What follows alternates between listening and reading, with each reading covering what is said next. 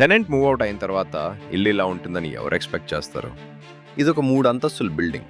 Tenant వెళ్ళిన వెంటనే మాకొచ్చిన రియల్ సిచ్యువేషన్ ఇది. గ్రౌండ్ ఫ్లోర్లో dust, waste, kitchen, bathroom condition చూస్తే ప్రాపర్ క్లీనింగ్ లేకుండా హౌస్ సెల్ చేయడం కష్టం.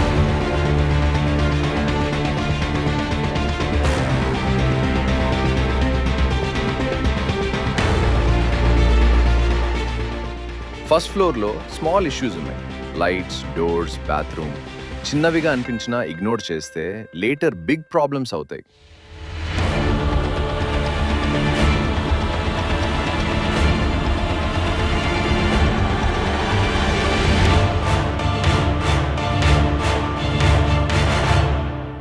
సెకండ్ ఫ్లోర్లో walls, flooring, overall look care తీసుకోవాల్సిన పరిస్థితి. ఇలాంటి సిచ్యువేషన్లో ప్రాపర్టీ వాల్యూ మెయింటైన్ చేయాలి, అంతే ప్రొఫెషనల్ హ్యాండ్లింగ్ అవసరం.